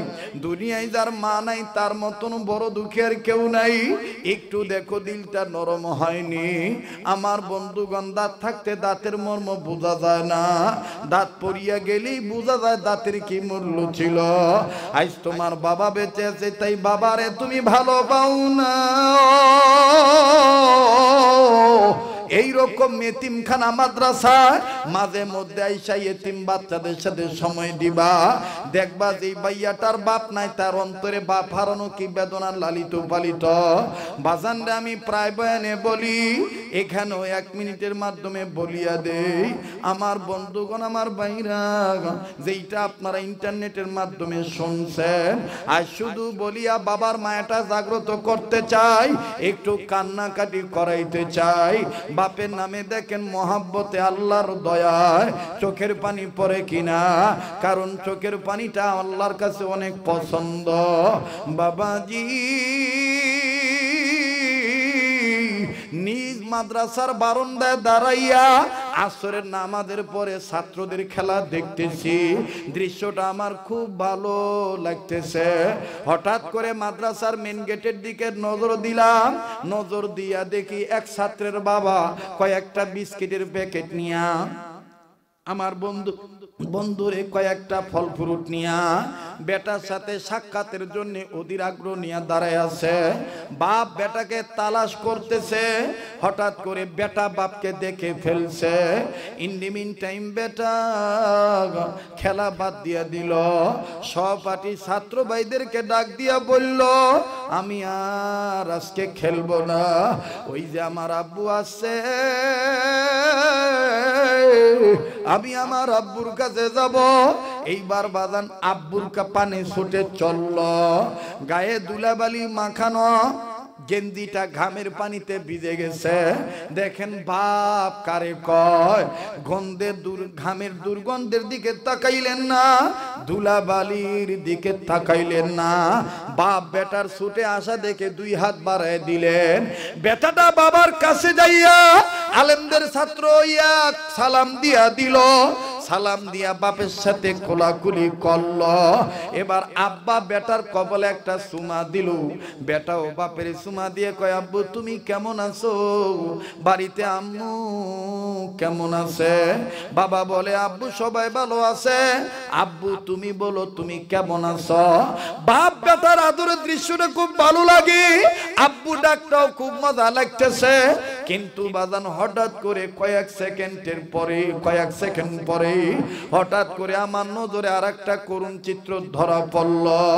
আমার এই হাতের বাম সাইডে কয়েক গজ দূরে ওই একই মাদ্রাসার ছাত্র বাজান ওই বাপের আদর করা দেখে আর চোখের পানি ছেড়ে কান্দে, হাতটা বাড়ায় দিয়া চিৎকার দিয়া বলে, আল্লাহ, আমার আব্বু কি কোনো দিন আর আসবে না?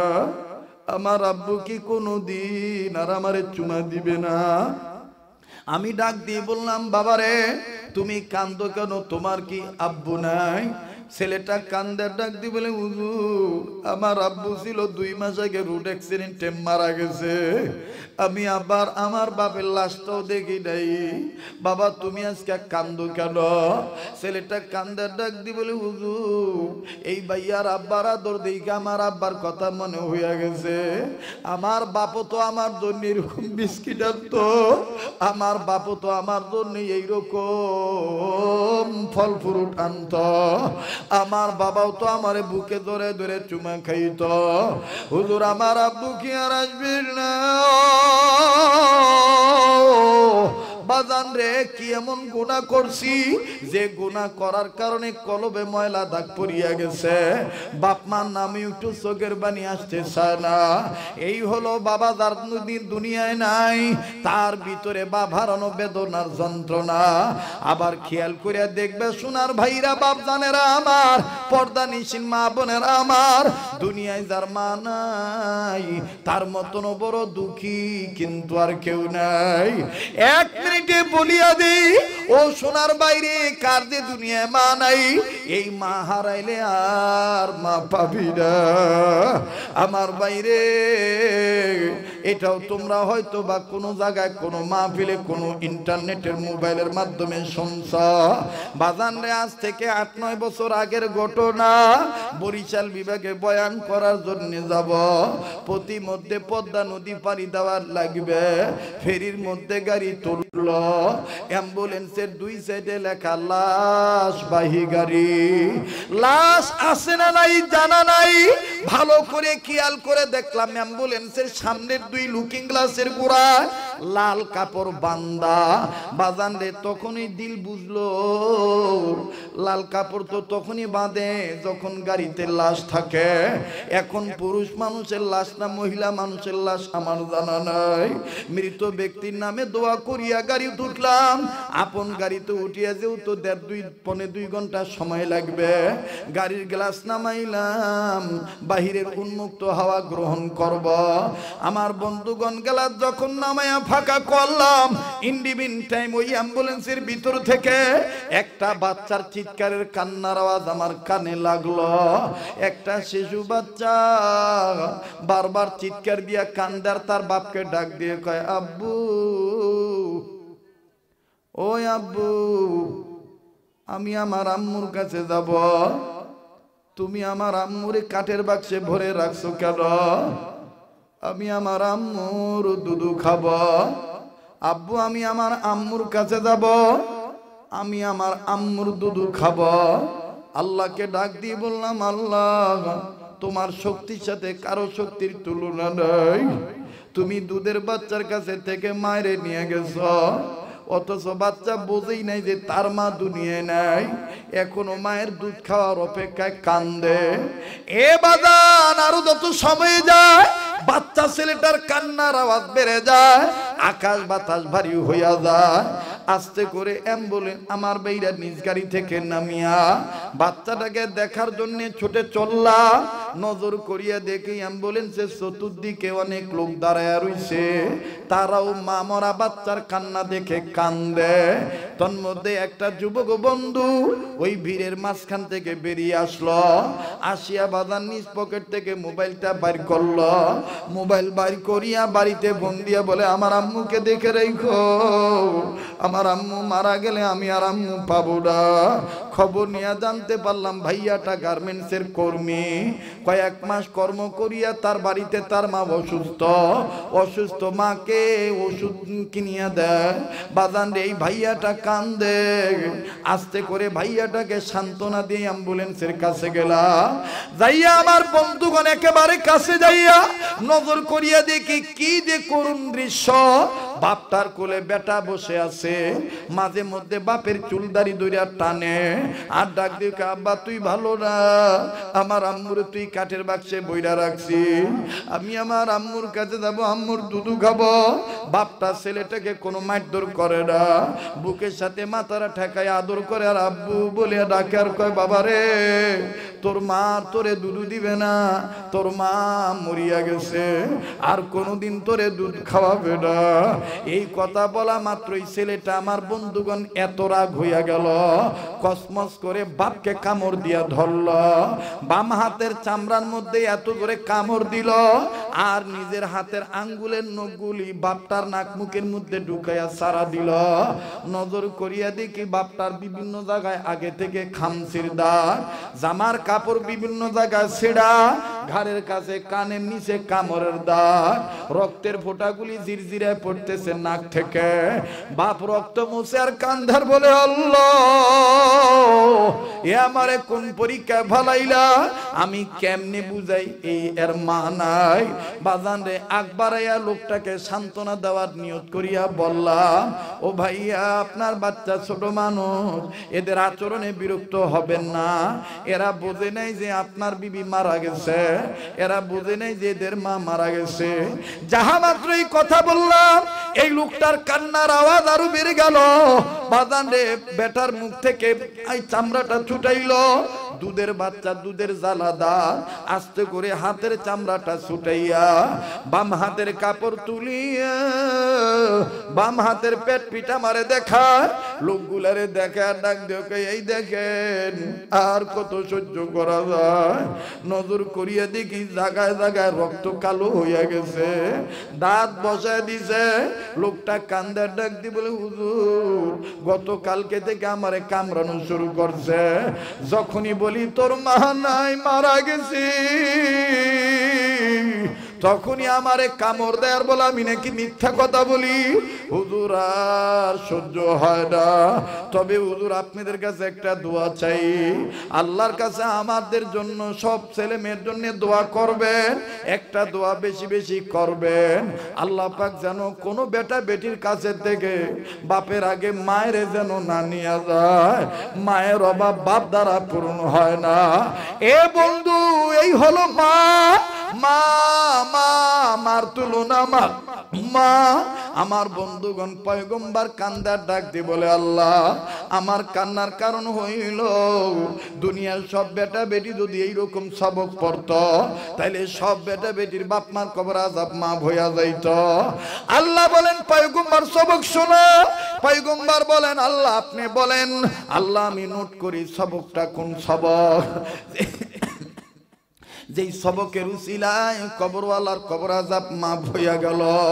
ও দুসাসিয়ার বাইরা অত্র এলাকার বাবারা কাহলু থানা থেকে আগত আমার বাপ বাইরা, আমিও আপনাদেরকে বলছি বলবো, কিন্তু এই কান্না ভিজা পানি ভেজা চোখ নিয়া ভাঙ্গা মন নিয়া ব্যতীত মন নিয়া বাপ মার দরদে দরদি হইয়া ছোট্ট একটা আবদার করব, যেই হাতটা দিয়ে আমার আল্লাহ বারবার কাবা ধরায় এই তো বাজান কিছুদিন পরে চলে যাব, যেই হাতটা আল্লাহওয়ালাদের হাতের সাথে লাগানো, লাগতে লাগতে নবী পর্যন্ত লাগানো বাজান রে, যেই হাত মুসাফিরি হাত আমি আপনাদেরকে নিয়ে দোয়া করব, এই হাতটা আমি আপনাদের কাছে সামান্য সময়ের জন্য বিছাইলাম। ও ভাইয়া বাবা পারলে দিবা না পারলে না দিবা, কিন্তু তুমি চলিয়া যাইও না। তোমাদের এই এলাকায় একটা রেওয়াজ হইল কালেকশন শুরু হইলে নাকি মাহফিল ধ্বংস হইয়া যায়।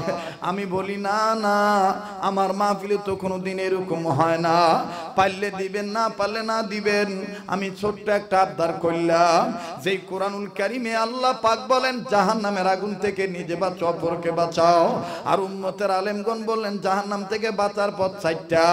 নাম্বার 2 হলো আলেমের ছাত্র হওয়া, নাম্বার 3 হলো আলেমের কথা শোনা, নাম্বার 4 হলো আলেমকে মহব্বত করা। আমি দেখবো আলেমদের মহব্বত, মা বাবার মহব্বত কাদের অন্তরে আছে রে বাপ। ছোট্ট একটা আবদার, কোরআনুল কারীমের পারা সংখ্যা হলো 30 পারা, এই 30 পারা কোরআন শরীফকে মহব্বত করিয়া এক পারা কোরআনকে ভালোবেসে 1000 টাকার নগদ এই কাবা ধরা হাতে মা বাবার দরদে দরদি হইয়া এমন কোন ব্যবসায়ী এমন কোন ভাইয়া বাবা আছো এই হাতটার মধ্যে 1000 টাকা এক পারাকে মহব্বত করে দিবা, আল্লাহ পাক কবুল করবেন ইনশাআল্লাহ। আছেন নাকি এমন কোন বন্ধু একটা নিয়ত করে আমার হাতে 1000 টাকা নগদ আবার বিসমিল্লাহির রহমানির।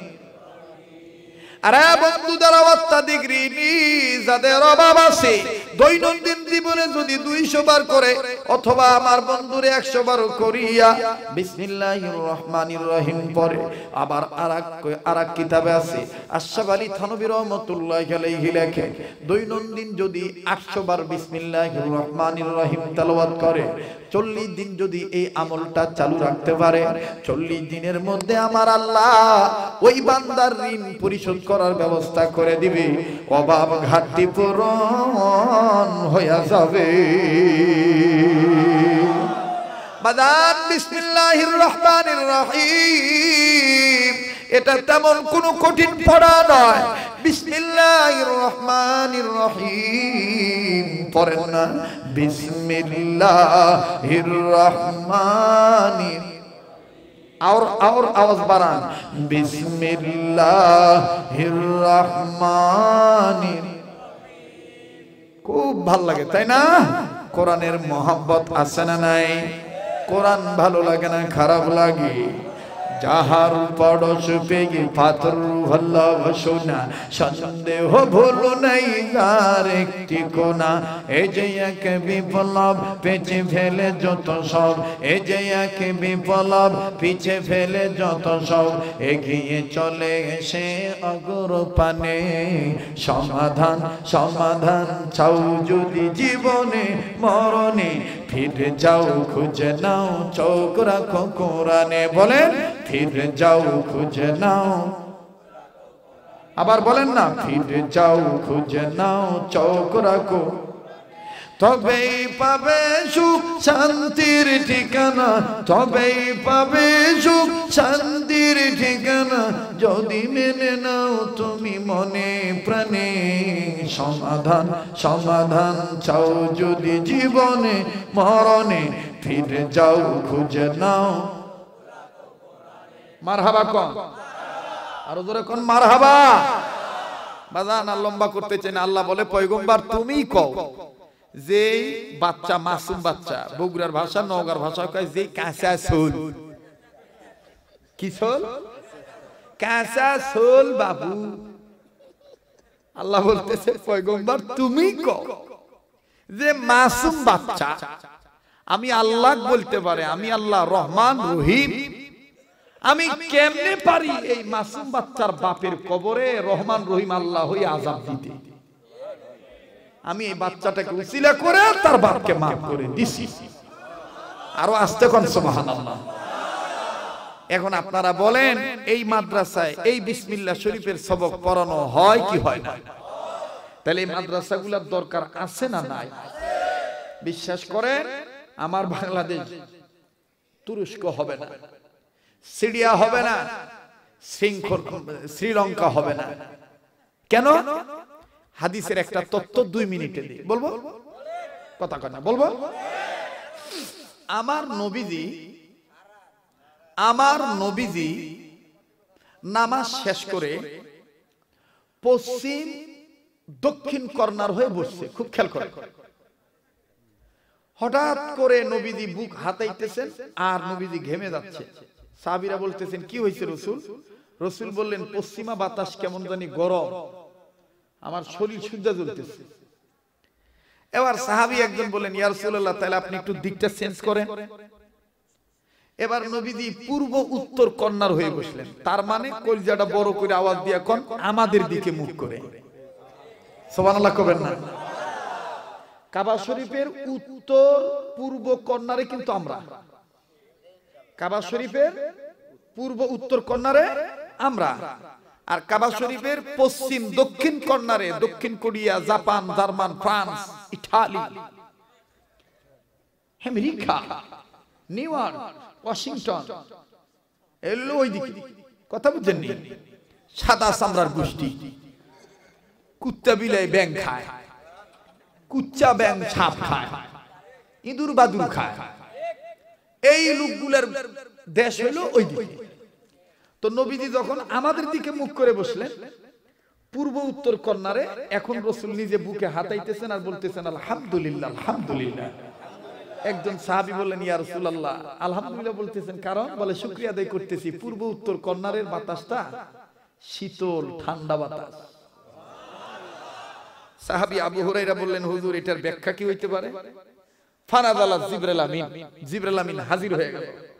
জিবরাইল আমিন হাজির হয়ে বললেন ইয়া রাসূলুল্লাহ পশ্চিমা বাতাস গরমের ব্যাখ্যা শুনেন, আপনার বিরুদ্ধে, আপনার আনিত ধর্ম ইসলামের বিরুদ্ধে, আল্লাহর বিরুদ্ধে যত ষড়যন্ত্র হবে কিয়ামত পর্যন্ত, এই সব ষড়যন্ত্রের মূল হোতা হইল এই পশ্চিমা গোষ্ঠী।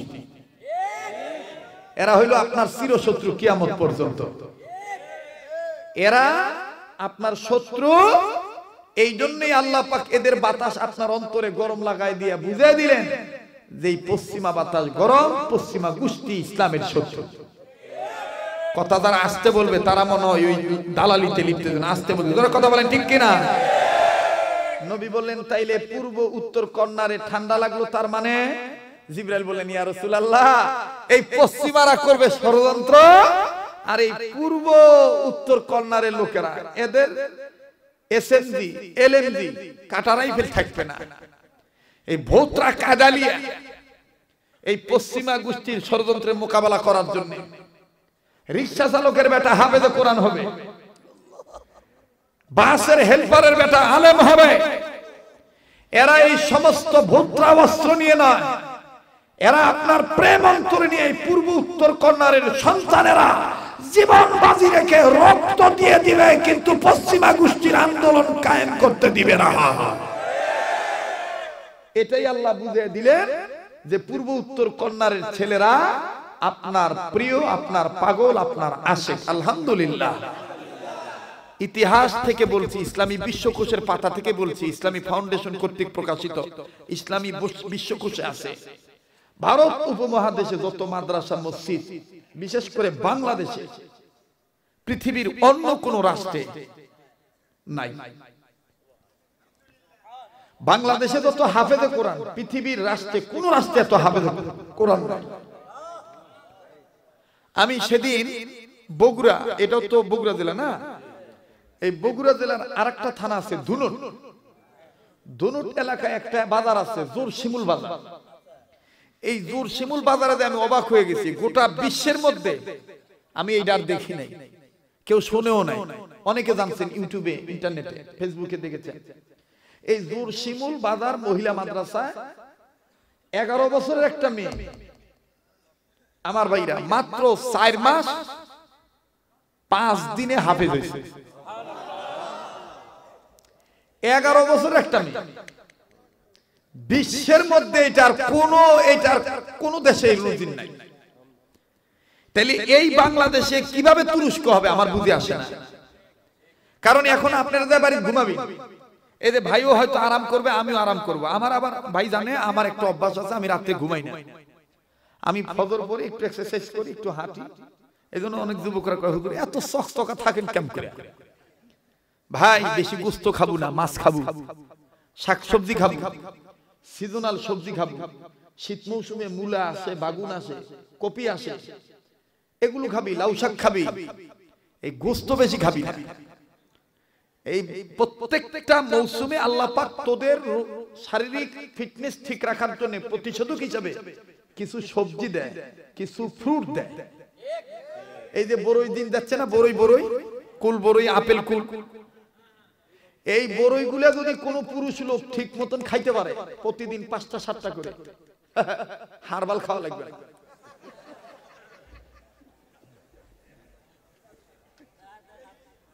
যত কঠিন আমাশা থাক, মিজাই তামাশা হওয়া লাগবে। আমার ভাইরা পেট ক্লিয়ার থাকবে। বড়ই এত এনার্জি দিছে আল্লাহ। আরে ভাই বড়ই তো জান্নাতি ফল, সুবহানাল্লাহ কবেন না? অথচ বড়ই খানা, হ্যাঁ, গুট্টা গুট্টা। আমার 2 বেটা বেটি এরকম একদিন ভাত দিছে, ওর মা তো খাবে না, তো ওর মা খুব কষ্ট পাইছে যে খাবে না, ভাতের প্লেট সরাই দিল। ছোট ছোট ছেলে মেয়ে তো, তাই আমি আমার মার দিকেও লক্ষ্য করলাম, বেটা বেটির দিকেও লক্ষ্য করলাম। তাই আমি বললাম ছও, না খেলে না খায়, কয়দিন না খায় থাকে পরে থাক, তাও গোস্ত দিবি না। ওর মা কয় তুমি কি পাগল হয়েছো? না দা দাদা 5-7 দিন গোস্ত দেয় নাই ভাই। তো 5-7 দিন পরে যখন পেট চামটা লাগছে, আম্মু আম্মু তুমি যাই দিবি তাই খাবো।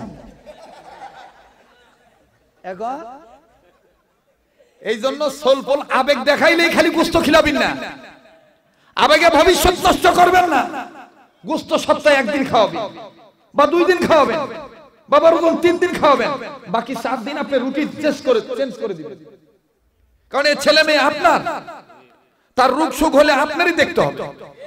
কথা বলেন ঠিক কিনা? কি ভাই কষ্ট হচ্ছে নাকি আপনাদের? কথা ঠিক আছে না? আমরা পোস্তা দিয়ে ডোলে ভাত খাচ্ছি, আর এখনকার সলফল বুঝতে ছাড়া খাবেনই জানা। কিন্তু আমার সলফল গুলো আবার টাইট হয়ে গেছে। আমার তো কি দেখেছেন, আলহামদুলিল্লাহ, আল্লাহ শুকুর যে মেয়ের জন্ম মক্কায়, ছেলের জন্ম মদিনায়। কবেন হুজুর এটা কেমন করে? কাহিনী আছে, ওটা কথা বললাম। কারণ এখন তো হিসাব বোঝা যায় কোন দিন ডেলিভারি হবে। তো তো হিসাব বুঝা মনে করেন বুঝালিছি যে 1 মাস বা 28 দিন বাকি আছে, কোন চল ওমরার খেপ দিয়েছি। ওমরা করবার কেন ভাই, ওমরা করবার কেন, এখন মনে বহুদিন বাকি আছে। ও মা তব করেছি আলহামদুলিল্লাহ, হঠাৎ করে করছে যে কাম তো খাম হয়ে গেল, ব্যথা উঠছে, আল্লাহর হুকুম, তব অবস্থায় মেয়ের জন্ম হয়েছে। এজন্য ওদের চেহারা শুরুতে এরকম, ব্রেনও এরকম। এরা আগামী প্রজন্মের আলেম হবে, ঠিক কিনা? আল্লাহ কবুল করুক, জোরে কোন আমিন। কে ভাই মাইকলা ভাই আসিন না ঘুমাইছিন বা? আর একটু সাউন্ড বাড়াও, টন্ডা চিকন করো। আর যদি তোমার যেহেতু মিশন আছে একটু একুটুকু দাও, আজান যেহেতু শুনানি লাগবে, তো আজান শুনলে খালি হবে না, ওয়াদা করা লাগবে, আজান শুনে 5 ওয়াক্ত নামাজ পড়া লাগবে। কে কে রাজি আছেন? আল্লাহ নামাজি বানায় দাও, আল্লাহ বলেন আমিন। হাত নামান মাশাআল্লাহ। এই জন্য ঢাকার হুজুররা কয়, ভাই তুমি কি জাদু জানো, কালেকশন হলো মাহফিল শেষ হয় না, কালেকশনের পরও আবার জুমা বসে। আমি কই এটা অন্তরের মোহাব্বত। এটা কিসের মোহাব্বত? অন্তরের মোহাব্বত। আল্লাহ কবুল করুক। আর আমার একটা অভ্যাস আছে, আমি যেই অঞ্চলে যাই, বগুড়ায় গেলে বগুড়ার আঞ্চলিকতায় কথা বলার চেষ্টা করি, নওগাঁ গেলে নওগাঁ। কালকে সাপাহার ছিলাম, তো সাপাহারে বলছি কেমন আছিস বা? ভালো আছি রে। আর কুট গেল রে? হ্যাঁ সাপাহারে। হ্যাঁ এক লোক হামাক কাছে, হুজুর আপনি যে গান না, এই কণ্ঠে যদি গাজাল কাহেন না খুব ভালো লাগবে যে। আমি বলছি তুই করতে গেছিস রে? আজ হুজুর হার বাড়িতে সারা গেছে, সারা গেছে। বাপ রে তুই ভালো, তুই কবার রে। তো ভাই রে, এই জন্য মিশা লাগে মানুষের সাথে। মানুষকে ধমক দিয়ে যত তাড়াতাড়ি ভালো না বানাইতে পারবেন, আদর করে দেখবেন, তাড়াতাড়ি ভালো হবে। আর দূর দূর সেই করবেন, ওই জিন্দেগিতে ভালো হবে। এই জন্য মোহাব্বত করা দরকার, ঠিক কিনা? আল্লাহ আমাদের এই মোহাব্বত আল্লাহর জন্য কবুল করেন, বলেন আমিন। জি, রেডিও খুললে, তবে শোনেন, সব আজান শোনা লাগবে। কানের আজান দাও, কানের সুখ আজান দাও, মক্কা মদিনার দাও, সুন্নতি আজান দাও, ঠিক আছে না? আমাদের সমাজ রচনা যারা করে যে ওই খালি আজান দেয়, আপনারা তীব্র প্রতিবাদ করে বলবেন ওই এমনি আজান দেয় না, ওর কাছে আজানের সনদ আছে। তার মানে আমি যার কাছে আজান শিখছি, উনি আমার উস্তাদ কারি উবাইদুল্লাহ রহমতুল্লাহ, কারি উবাইদুল্লাহ রহমতুল্লাহ, উনি যার কাছে আজান শিখছেন। এভাবে যাইতে যাইতে চেন ও কমান, মানে অর্থাৎ চেন স্টেপ স্টেপ স্টেপ যাইতে যাইতে যাইতে যাইতে আমার ভাইরা, আমাদের মূল উস্তাদ যিনি ছিলেন আজানের, ওনার নাম হলো হাফসির কালো বেলাল, সাহাবী হযরত বেলাল রাদিয়াল্লাহু তাআলা আনহু। আমার কাছে সনদ আছে, কথা বুঝাইতে পারছি? তো আমার ভাইরা, আজান বন্ধুগণ, এই আজান খালি শুনলে হবে না, আজান শুনে 5 ওয়াক্ত নামাজ আদায় করা লাগবে, ঠিক আছে তো ইনশাআল্লাহ। তবে এখন বয়স হয়েছে তো আগের মতন আর পারি না ভাই, দেখি হয় কিনা, চেষ্টা করি। আল্লাহ আছে না বাবা। রেডিও খুললে দেখবেন কারি মোহাম্মদ উবাইদুল্লাহ কত সুন্দর মধুর কণ্ঠে বলেন, আল্লাহু আকবার, আল্লাহু আকবার। থাক, আর দরকার নেই, আরো দেওয়া লাগবে। আল্লাহু আকবার, আল্লাহু আকবার। আশহাদু আল্লা ইলাহা ইল্লাল্লাহ,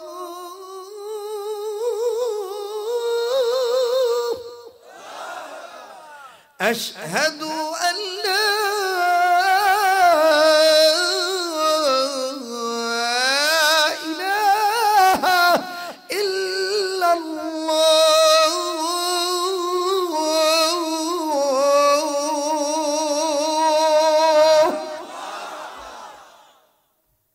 নতুন এনার্জি ফিরত আসলো তোকে না?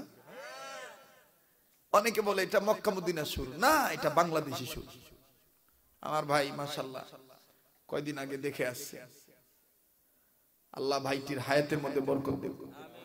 মাঝে মধ্যে আদমদিঘি মাদ্রাসায় যাবেন, হ্যাঁ, ওলি আল্লাহ পা রাখছে ওখানে, ওলি আল্লাহ কদম রাখছে, নূর চমকায়, খালি নূর চমকায়। মাঝে মধ্যে জামিল মাদ্রাসায় যাবেন, পোরশা মাদ্রাসায় যাবেন, দুপচাচিয়া বড় মাদ্রাসা থাকলে যাবেন। 40 দিনের মধ্যে যে কোনো একদিন একটা নিয়ম করে নেবেন, কোনো না কোনো আল্লাহ ওয়ালার সোহবতে থাকবেন, ঠিক আছে? তাহলে দিল ভালো থাকে, শরীর ভালো থাকে, রিজিকে বরকত হয়, সগীরা গুনাহ মাফ হয়। হ্যাঁ, হক্কানি আলেমদের দেখলো তো সওয়াব, তাই না? আল্লাহ কবুল করুক, জোরে কোন আমিন। তো এবার আসেন, এটা বাংলাদেশি সুর, এটা মক্কা মদিনার সুর নয়। মক্কা মদিনার সুর ভিন্ন। যারা হজ করছেন, যারা উমরা করছেন, যারা প্রবাসী জীবনে থাকেন, তারা জানেন মক্কা মদিনা যখন মক্কা মদিনার মুয়াজ্জিন আযান দেয়, তখন কিবলার দিক থেকে নরম কণ্ঠে মিষ্টি আওয়াজটা বেশি আসে। আল্লাহু আকবার, আল্লাহু আকবার। ভালো লাগছে? আল্লাহ কবুল করেন। এবার আসেন সুন্নতি আযান কোনটা?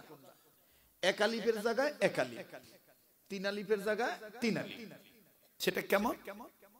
যেটা বসুন্ধরা মাদ্রাসায়, জামিল মাদ্রাসায়, আমাদের আদমদিঘি মাদ্রাসায়, ভিন্ন ভিন্ন দারুল উলুম দেওবন্দ এই সুন্নতি আযানটা দেওয়া হয়। হযরত বেলাল যেভাবে আযান দিয়েছিলেন, আল্লাহু আকবার, আল্লাহু আকবার,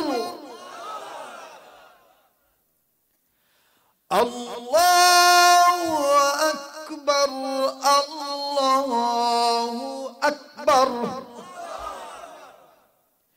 আশহাদু আন লা ইলাহা ইল্লাল্লাহ। এটার মধ্যে তেমন রং নাই আমার ভাইরা। আবার দেখবেন আমাদের দেশে এখানে চরমনায় আছেন কেউ? চরমনার মুজাহিদ, মাশাআল্লাহ। চরমনাইতে উজানিতে যখন আযান দেয়, তখন দেখবেন প্রেমের ঢেউ খেলে ইশকের আগুন জ্বালাইয়া মায়া করে লম্বা সুর দিয়া, মোটা গলার সাউন্ড দিয়া বলবো, দেখবেন কি মায়ার আওয়াজ দিয়া কয়,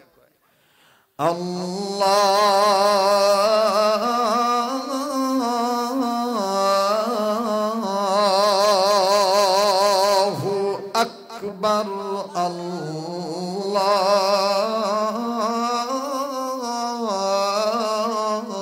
আল্লাহু আকবার,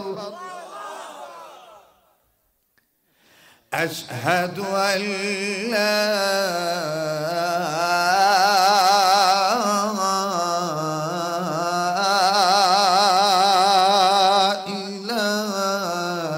ইলাহা ইল্লাল্লাহ।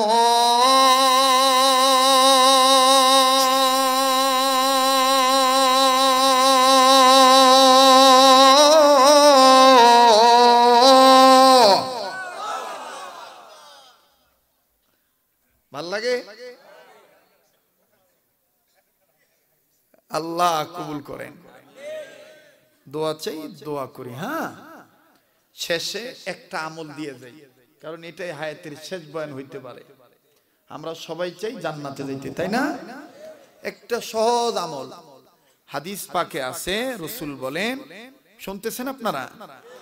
আমার কোন উম্মত যদি প্রতিদিন গনে গনে, ভালো করে শুনেন, আমার কোন উম্মত যদি প্রতিদিন গনে গনে 20 জন ব্যক্তিকে সহি করে সালাম দেয়, আর ওই উম্মত যদি দিনে রাত্রে 24 ঘন্টার মধ্যে মারা যায়, আল্লাহ পাক তাকে বিনা হিসাবে জান্নাতে দিয়ে দিবেন। গনে গনে সহি করে 20 জনকে সালাম দেওয়া পারবো না ইনশাআল্লাহ? তাইলে সহি করতে হবে, ওই হাট বাজারে সালাম না। আসসালামু আলাইকুম,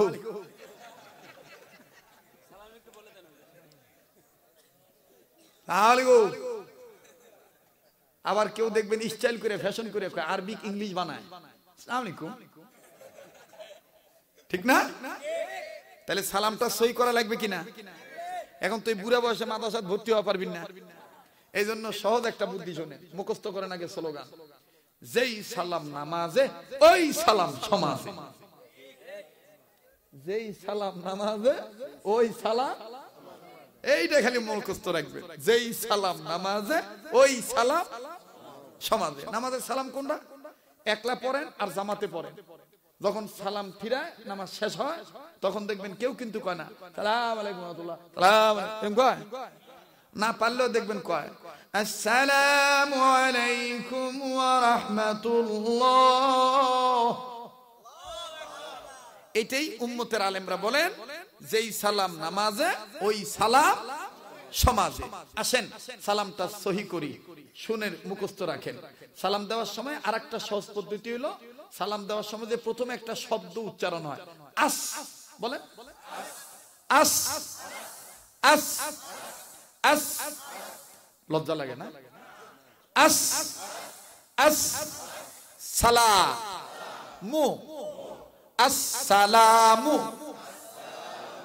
অর্থাৎ প্রথম শব্দটা আস আর মাঝখানে শব্দটা মু, এই দুইটা যদি ঠিক হয়ে যায় দেখবেন এই দুইটার গুতার ঠেলায় বাকি সালাম শুদ্ধ হয়ে যাবে। সুবহানাল্লাহ। তাহলে আজকে থেকে কেউ সালাম আলাইকুম না, আসসালামু আলাইকুম বলেন, আসসালামু আলাইকুম। উত্তর অনেকে ভুল দেয়, ওয়ালাইকুম সালাম, ওয়ালাইকুম আসসালাম, ভুল, ওয়ালাইকুমুস সালাম। মাশাআল্লাহ, দেখো কইছি না পূরণ হয়ে যাবে। এই দেখো 1650 টাকার দরকার আসলো, 50 টাকা বেশি দিছে, লেও 1700 টাকা দিছে। মাহফিল যে কবুল কিভাবে করা লাগবে? এই 100 টাকা দিয়ে তো মাস্তানি করতে, ধর টাকা লিয়া দাও তোর মানে আটকা তো আর দান্দা।